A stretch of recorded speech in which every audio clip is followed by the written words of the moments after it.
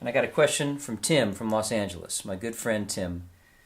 Tim writes, saw your video with Bonnie. How do you deal with adrenaline and nerves when you're playing solo piano with a major artist in front of thousands? Daunting.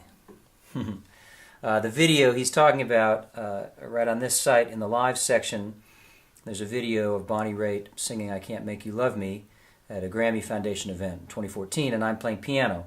And there's a couple other folks playing, but it's very stripped down. Primarily piano vocal is really what's going on. So that's why he says solo piano. There's always adrenaline for me when I play live, but I have a couple of things that I do every time that help me get grounded and get centered. So the first thing is I want to find a way. I want to find a way to get in my body as much as I can, to feel my body. So as a pianist, sit on the bench. You're sitting, back straight. This is my center of gravity right here. I want to be able to lift my legs, lift my arms.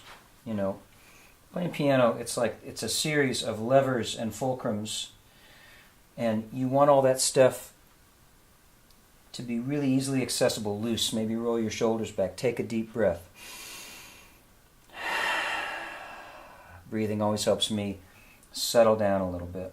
So there, I'm here. I'm at the piano. I'm feeling good. Got my posture right.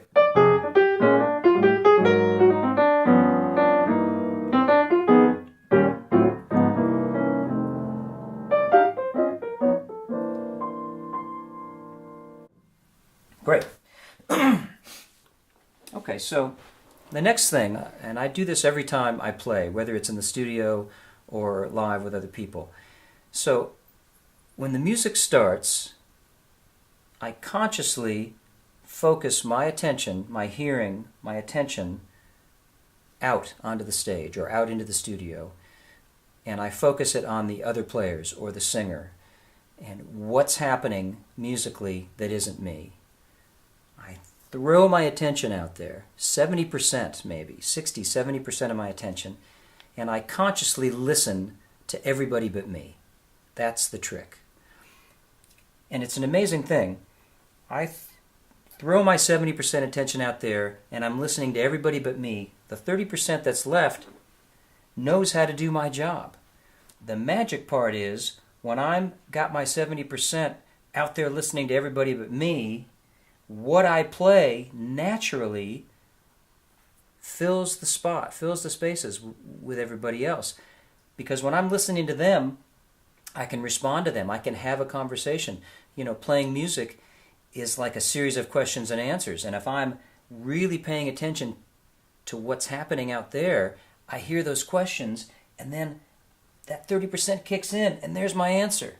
And then my answer is another question to somebody else, and then they answer, and it becomes a conversation. And I like to say that it lifts off the ground. That's what I'm always going for, is when this thing starts happening. I'm listening to them, they're listening to me. This kind of whirling musical thing starts happening, and before you know it, you're lost in it, and it lifts off the ground. So that ties in with the last thing I want to talk about, which is this. If you're up on stage, you've been hired to play this gig, chances are you're qualified. You know what you're doing. You've been hired for a reason.